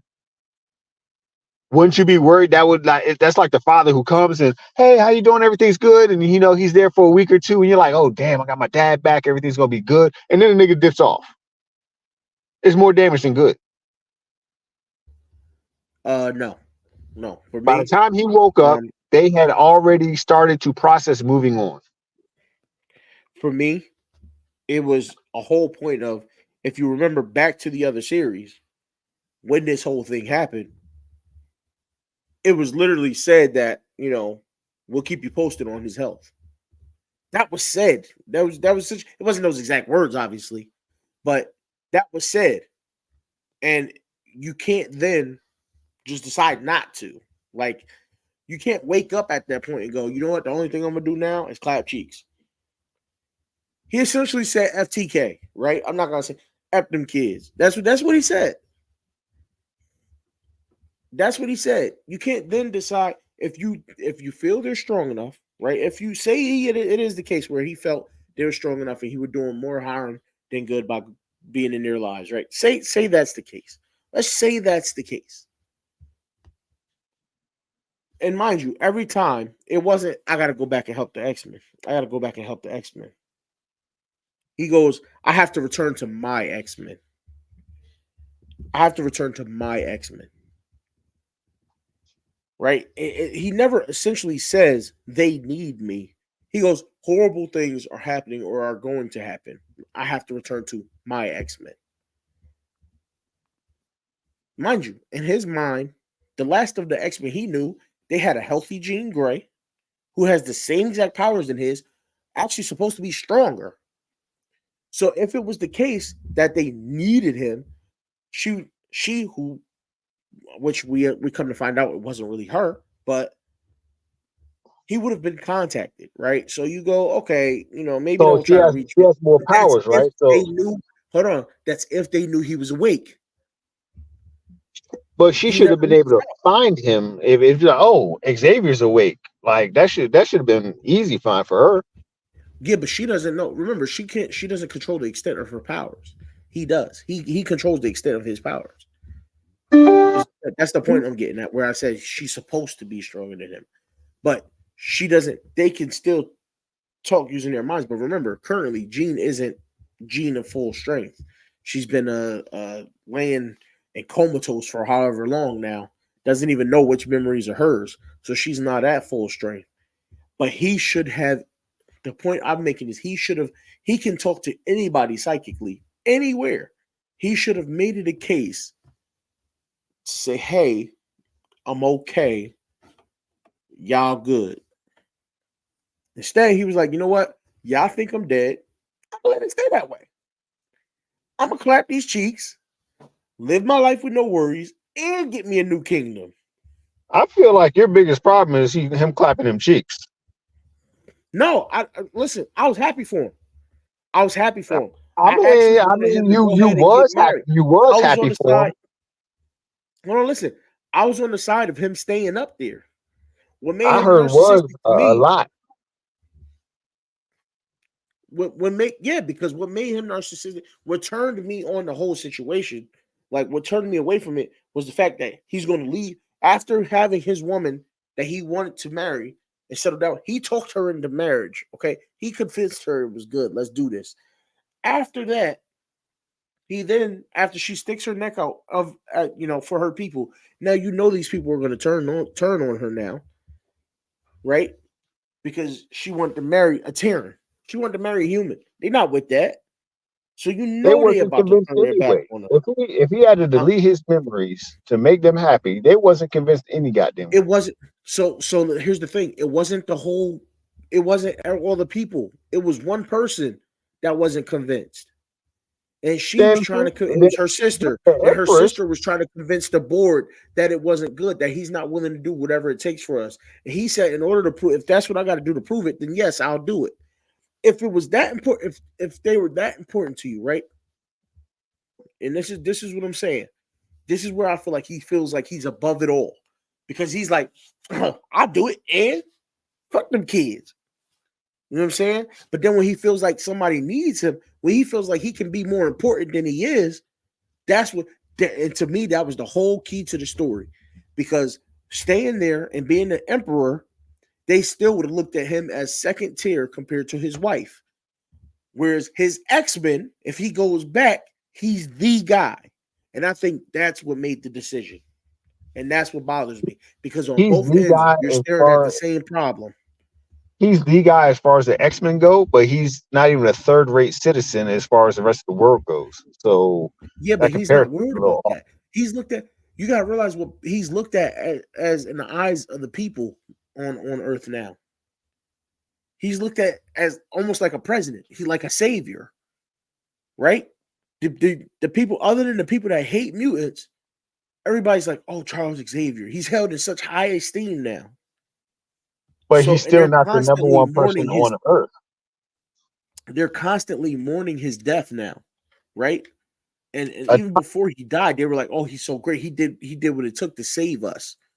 A top 100 person on Earth versus the number 2 person of an entire planet. I'm taking number 2 of the entire planet is the bigger nod. Yeah. Number 2 of the entire No, planet is because the bigger nod. no, not at all. Not if you're talking about. Think about it. When he goes back to Earth, it's going to be regarded to him, his X-Men. He's going to be looked at as the leader of Mutant Nation. That's running your own. That's being. There's the president that runs for. They're going to basically look to run all of humanity, and then there's going to be Charles Xavier to run all the mutants. That's how it's going to be looked at, because that's how they look at. That's how they look at Magneto. If I you watch the understand series, saying that's all the exactly how they mutants, look at Magneto right now. but that's all the mutants versus an entire planet is not the same. Yeah, but you gotta realize their entire planet travels on a ship that it's not there's not as many people for them as it is on Earth, right? But So therefore, but it might not even be as many mutants. but you're number 2. I mean, it might not be as many of them as mutants, but he's essentially still a number 2 because you got the president and then you got Charles. That's how it's go. That's how it's looked at. Because right now it's looked at. You got the president and then you got Magneto. You ain't gonna So keep referring that's to my mutant leader as Charles, okay? Put some respect on his name. Hey, that's Charles. All right. That's Charles. That's Charles. All right. So for me, when he goes, oh man, I could go back to my X-Men and be on top. I don't have to feel like they didn't need me. Oh man, let me do that.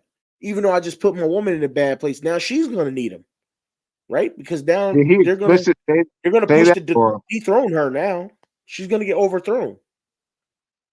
There's no way you stick your neck out for your husband like that or your fiance, and then now they're gonna overthrow her. Now she's out on her ass. What are you gonna do then? I mean, did he What do you do explicitly now? say that he wants to go back because he's going to be number 1 ruler of the X-Men? He said, I have to go back to my X-Men. He's like, there's trouble. I gotta go back to my X-Men. That's his statement. Right? That's his statement. Now we all know how Professor Xavier works. If there's a situation, he goes back. He's not leaving. He's not leaving. If he decides to leave, then whatever. But I doubt it. I really doubt it.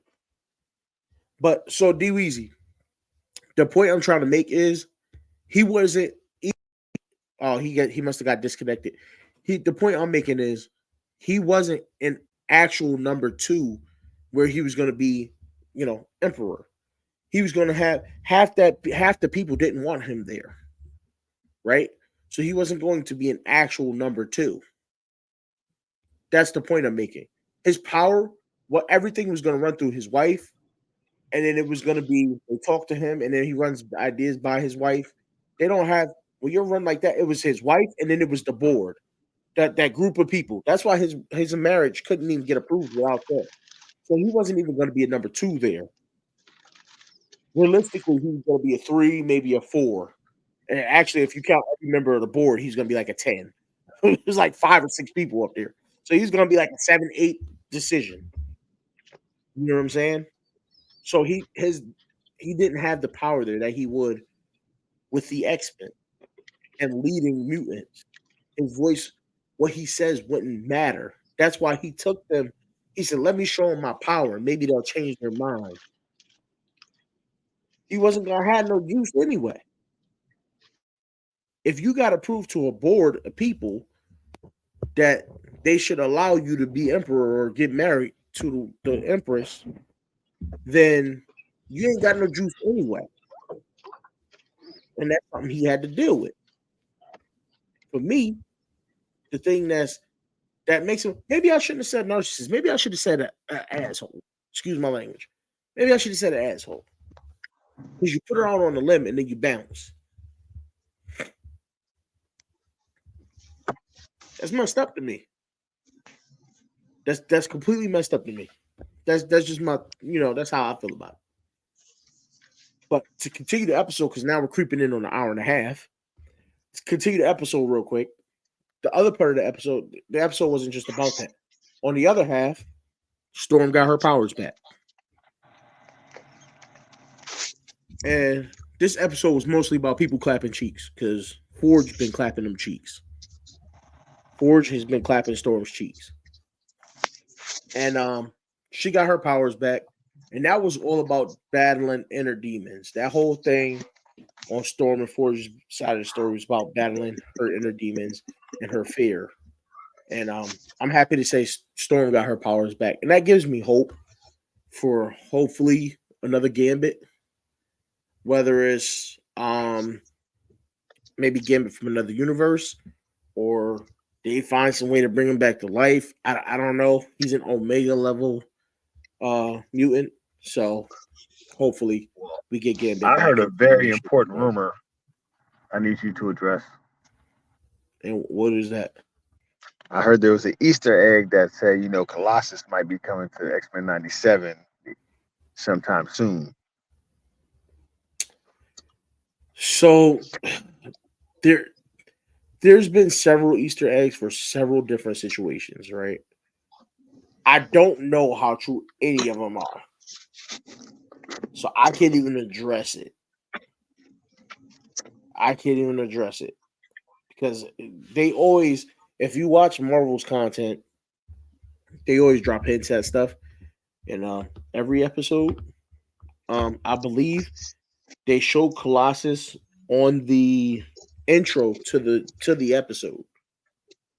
So there's a chance we will see Colossus. It's just I guess I should matter start of watching. Yeah, you should. It's a matter of when and in what shape or form will it be, you know what I mean, a long period of time, short period of time. Is it another universe? Is it, you know what I mean? Because they are time traveling in this one. They went back to showing the intro also shows what's his name having his long hair back. So it can go either way. So we really don't know where they're gonna go with it. It should be interesting. So what you're saying is Gambit might have had to go so that they could bring Colossus. So it was a worthwhile trade. Nah, not at all. I think Gambit in a fight, Gambit destroys Colossus in my eyes. I would like to see how. I can tell What you is your how. theory behind that? He makes Colossus swallow one of them cards.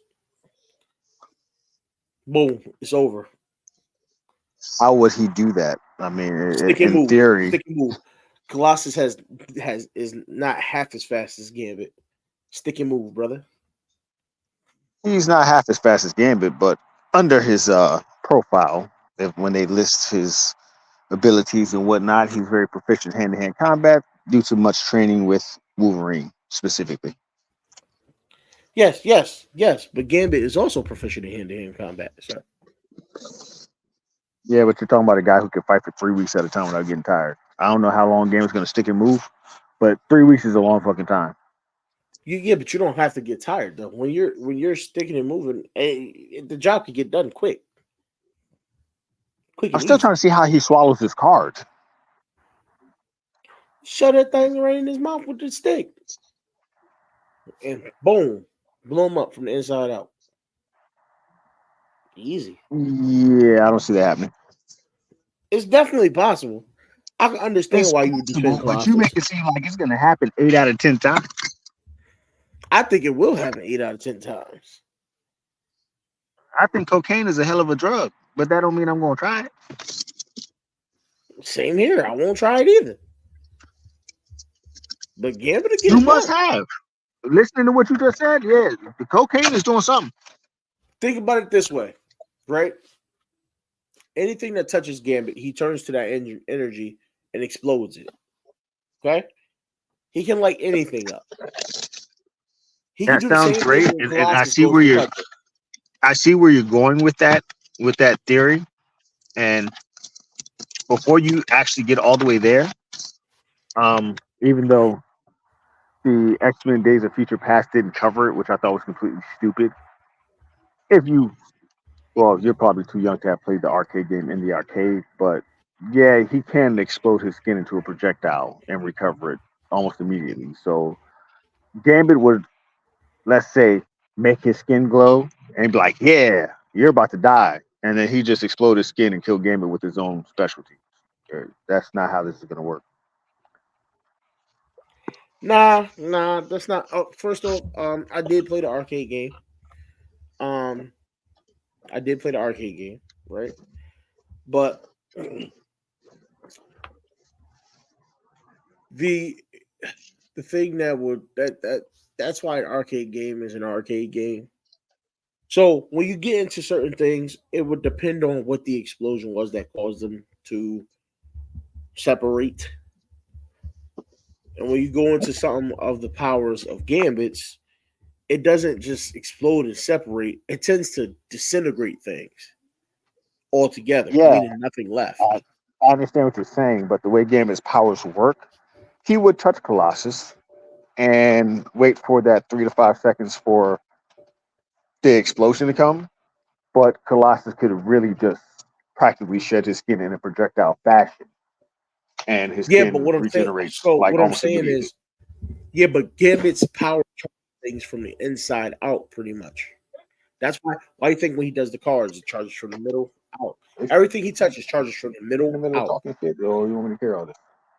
So he charges things from the inside out. So if he charges a person, he's charging them from the inside out. So blasting your outer skin, his outer skin as a projectile isn't going to take the charge off of him because he's being charged from the inside out. The way the osmosium generates in his cells, it's a dimensional transport.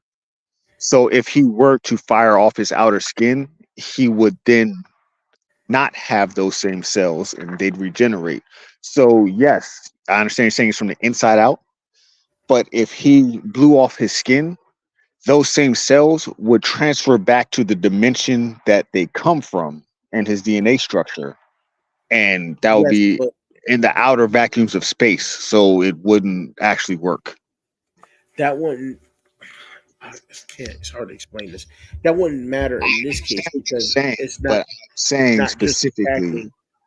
But what I'm saying specifically, is, it's not just attacking the cells. So you got to think of it as when you try to think of it scientifically like that. None of X-Men makes sense because that's what it's that made to defy science, I'm right? not thinking of it scientifically. I'm thinking of it as in So the exact explanation that they give you. When he transformed his cells is a and I get that, transdimensional exchange. and I get So that. Look at Gambit's powers, right? So as just think of this. Think of this. Anything solid, even if it changes its cells, anything. If you're standing there, see you change your cells because of your outer skin. That still has nothing to do with the fact the rest of your interior is being lit up. Remember, your that's what whole I'm trying to body. explain to you. All of his body is these cells. So if he has an ailment, when he goes back to being him, that ailment departs with those cells. Those cells come from a completely other dimension. It's his whole entire body. It's not just his outer skin or his inner skin. His whole body, his whole entire DNA has an exchange with this transdimensional force that comes from another dimension. So if you were to say he touched something that would make whatever it is rust, he goes back to normal form, that ailment is gone. All right, Just as if he were to be hit peep with this, right? something and he were to So transform, that ailment would disappear. basically, if Gambit touches him, he makes that disappear, and then Gambit touches him again while he's powerless because he had to send that off because it was going to explode. Then what? Those same cells, it's a cell exchange. Those same cells that he would use to then become Colossus would be reintroduced. It's an in and out. The Not if same he's dead, thing. though. You can't. So if you can't, the point I'm making, you can't reintroduce it, right? If you've already been dead, you're already dead.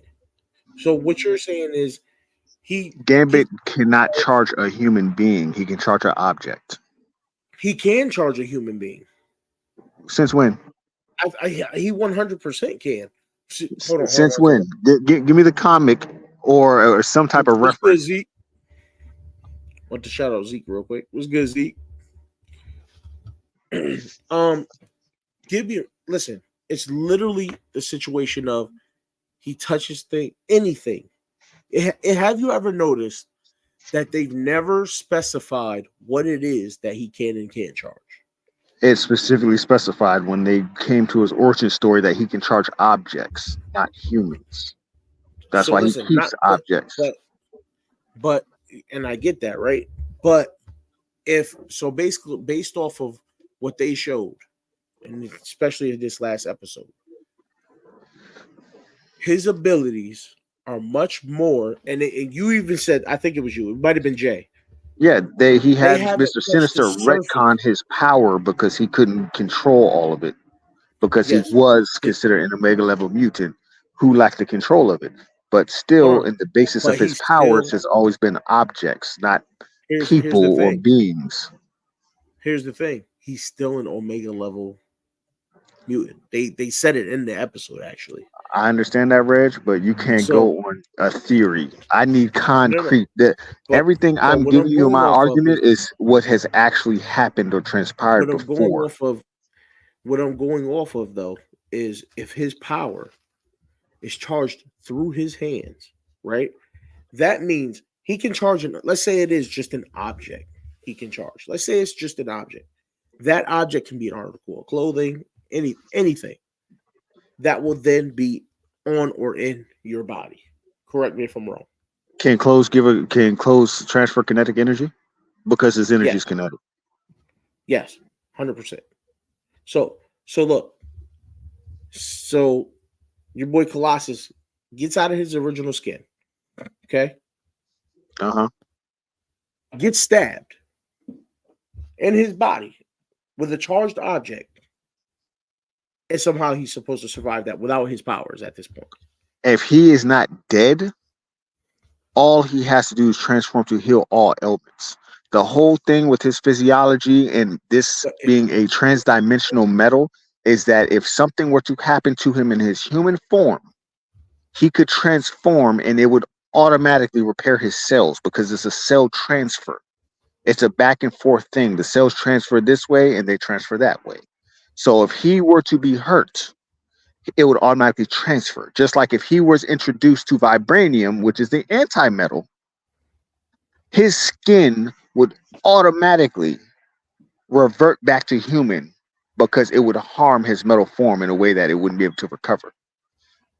So when he transforms, and he is transformed, he can fight for 7 days before feeling fatigue, and he can fight for up to 6 weeks before actually being fatigued. Doesn't need to eat, doesn't need to drink, doesn't need to consume anything because it's Listen, that osmium. we know. That's That just we like know.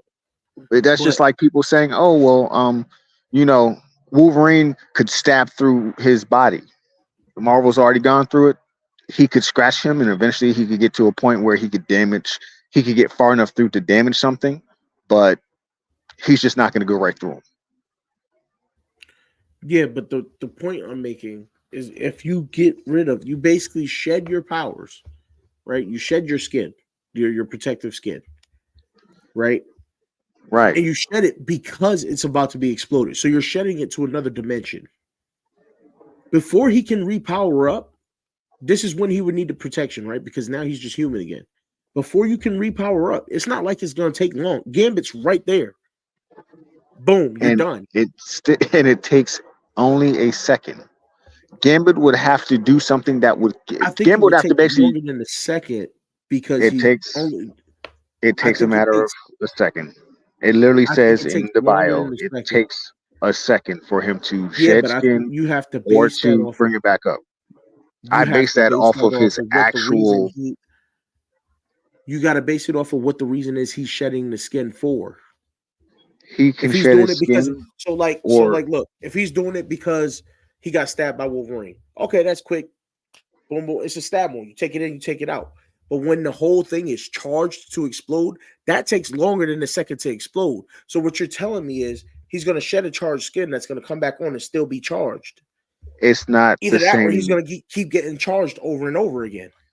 It's not the same skin. That's what I'm trying to explain to you, Reg. It's a Yeah, but transdimensional what I'm exchange of saying, his cells what I'm from saying, metal to not. So if he were to shed his skin, it's not the same exact cells that are coming back. Your cells are so constantly regenerating and degenerating. So when he does it, it's a cellular exchange from and I another get that, dimension. right? But what I'm So saying is if he was going to get the there's same two skin things that back, we wouldn't be there's arguing with this, because if he's going to get the same skin back, then the same skin is going to explode. so look, here's the thing. Here's where where I'm at in this argument. When I said he could touch him and charge him, did you or You're, did you not agree? you're talking Gambit about can his charge clothes. any Right, material, you're talking about his clothes. So okay, if he his charges his clothes his skin, and it takes his 3 seconds skin. before it explodes, it takes 1 second for Colossus to gain his armor back. The clothes will explode. It's not going to damage Colossus. Colossus is he basically is known to be able to take on nuclear warheads. Yeah, You but here's blowing his is, clothes up is is not going to be metal enough. is metal an object? Yes or no? It's an object, but you're talking about, if you're talking about him It's not yeah, being transformed into it's an metal. object. That's just like saying that's just like we watched Gambit charge Wolverine's claws. I understand that, but now you're moving your So argument. Your argument was, if I'm not Colossus is moving not the argument. transformed, Yeah, then the what would argument's not happen? moving. So if he explodes that same skin, because he can touch that object and explode it as many times as he wants. So if he's going to explode his skin over and over again, do you not think he's going to be able to get to him as a human? He could get to That's him as a human, but he still is a human. As a human, he bench presses 400 pounds. It's not like, oh, he becomes a human, I he's know weak. that, but he becomes a human facing a charge that's going to kill him. If he is a human, Gambit can charge his clothes. And as soon as Yeah, but Gambit charges his clothes, he would become Colossus again. The clothes yeah, would but explode and there you're would not, be no damage to Colossus, is what I'm you're trying to not explain to what you. I'm saying. Yeah, I understand that, but you're not getting that. I'm saying he can charge Colossus's skin in general because it's He steel. cannot. If you can show me where he can He can charge a charge an person's object. skin, an object, not a Yes, DNA cellular structure. steel is an object. Is Um, Wolverine's bone structure not because of they did a cell test? They switched him in that process. They changed they his bone. combine his bones with a unanimate object, Yes, but steel is but an he's object. not I'm not saying charging his skeleton. He's charging the bone. He's charging the metal, not the skin. As you said, he charged the okay, claws. and So if when I he charged the okay, claws, which is steel. if he charged the claws, then Wolverine's skin should have been charged also, which it wasn't. Which means that is limited I'm to the making metal, not the skin. Colossus. Okay, Colossus's skin is metal. Only when he's transformed, which is why I explained to you, it only takes a second for this exchange to happen of the osmosium cells in his That's regular the cells. point I'm So if making. it takes a second, you touch his clothes and you set them to explode. Not It not takes the him not the clothes. once. Not the It clothes. takes him 1 second Focus to on actually focus on what transform. I His just said. You can yes, charge but Colossus's his skin because his skin is steel. yes, and then he can deform to his regular DNA structure of a human, and that wouldn't Okay, so work these guys anymore. are essentially so you're saying they essentially would fight forever because Colossus would never be able to turn steel He because would be he's able to go going to back and explode it forth, over and over is what again. I'm saying. He would be able to go back and before the explosion would happen, he would be able to, okay, I'm steel now. Explosion is useless. And he'd be okay, Gamma could get his hands on him with his steel and say, oh, I'm gonna charge you. And then he just get rid of the skin again, send it off to whatever dimension that it comes from. It blows up and it just go back and forth. It would literally just go back and forth.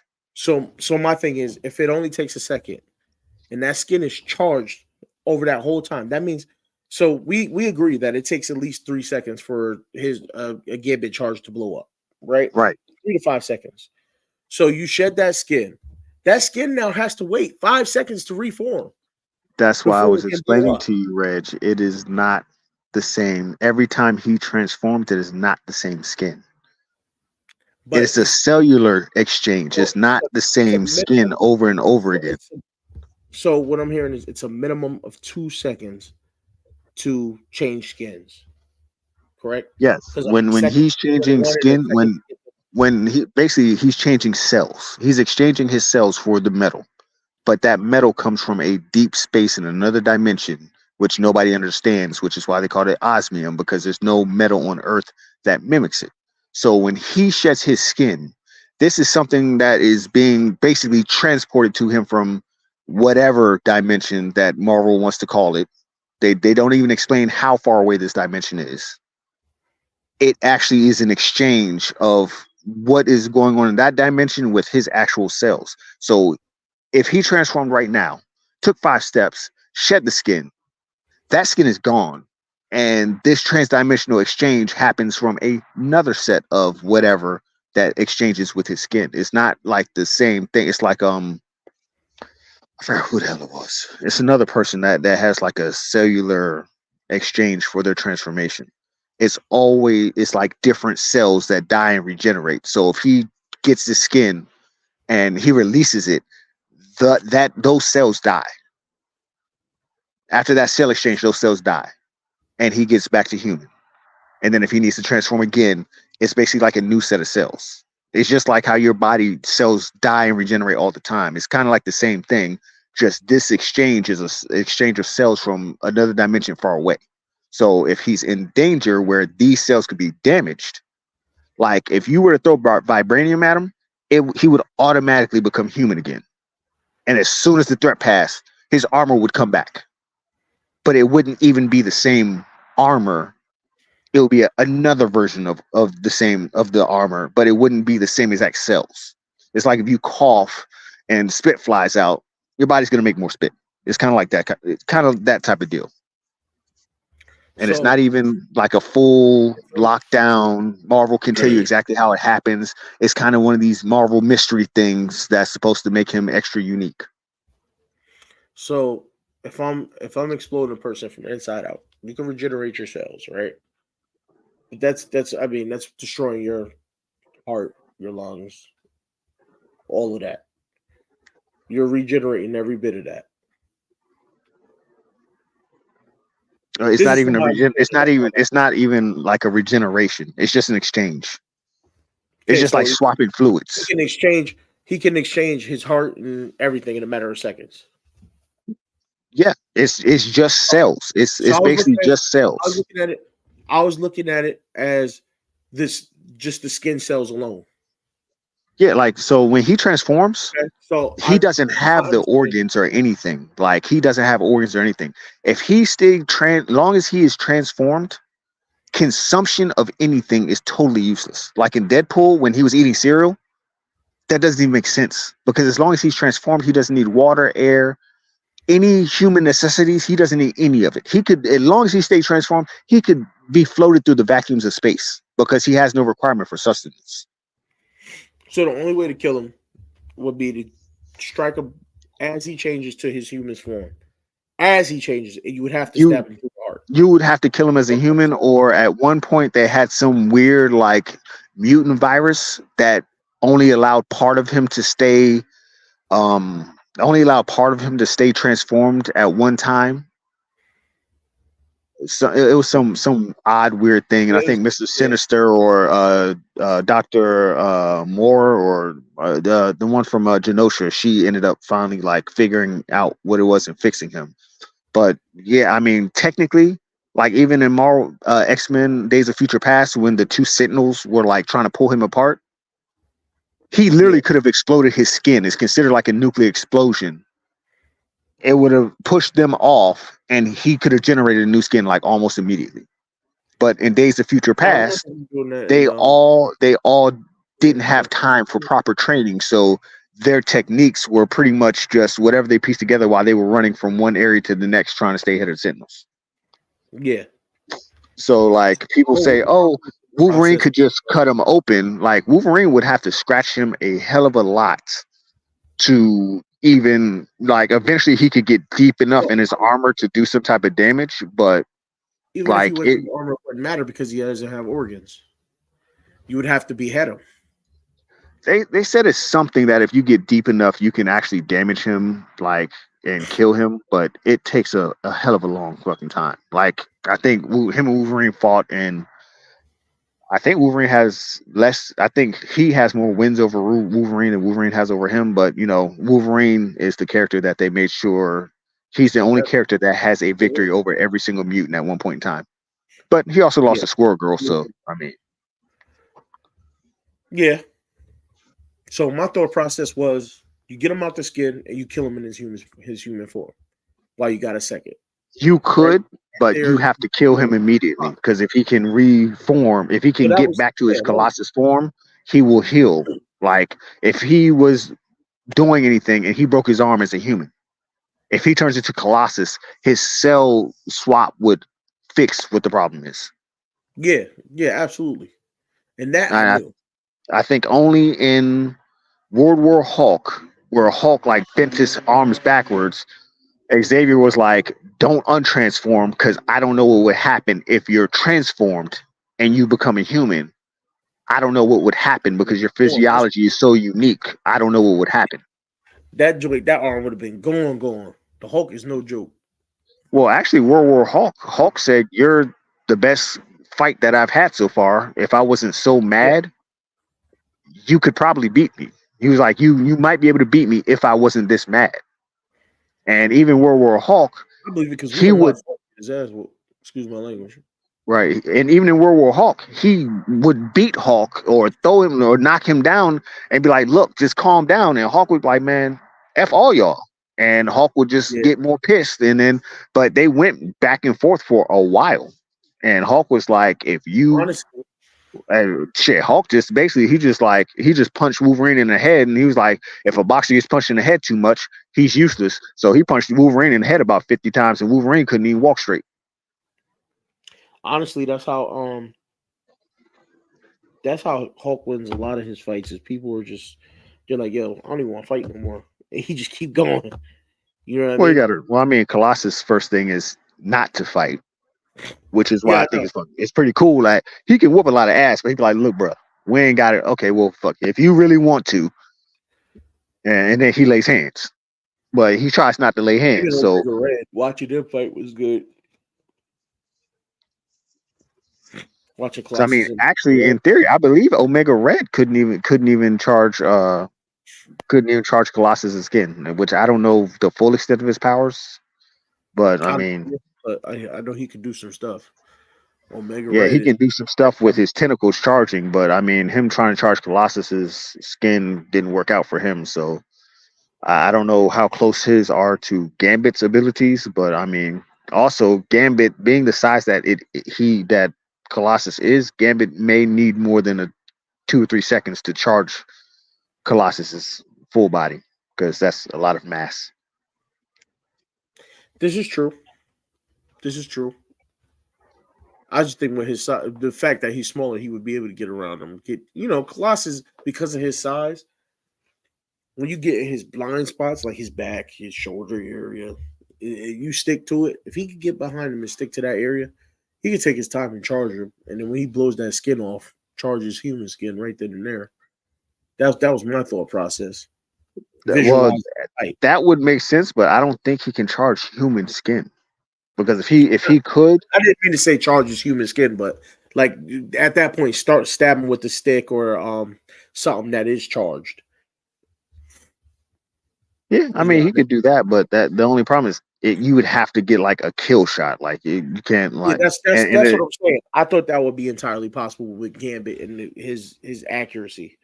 You know what I mean? The thing is with some guys, which I don't use this, I couldn't use this in an argument because I know that it's depending on the writer.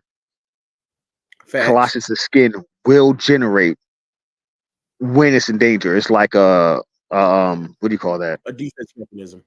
It's pretty much it's like Venom. Like it'll just appear, like something will be about to happen. It'll just appear, and he'll get hit, and he'll be like, "What the hell was that?" Like he wasn't even paying attention, and his body will just do his thing, and he'll get hit. He'll be like, "What the fuck? Who the hell?" Oh, okay, and and keep going. A lot of this does depend on who's writing the story, and all of that. Absolutely. But I know they do say that his transformation is almost instant, and it's kind of when he transforms, it's literally slowed down to emphasize him transforming. But like as far as he was written originally, it's like an almost it's in they basically list it as an instant exchange of the osmium and his DNA happening at once.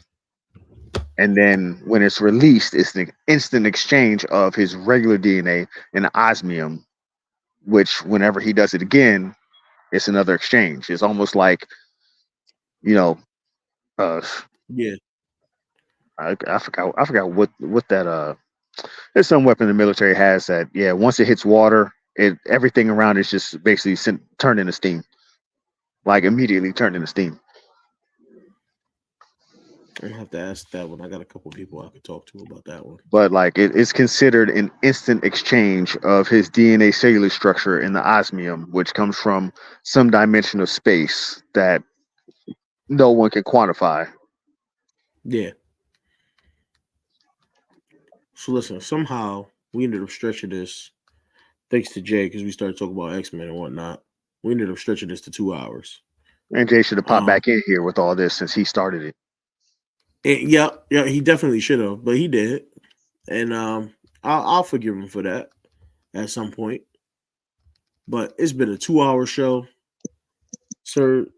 Everybody that came through, stopped by. I know y'all got stuff to do. I didn't mean to hold y'all too long. But sir, you want to tell them where they can find you?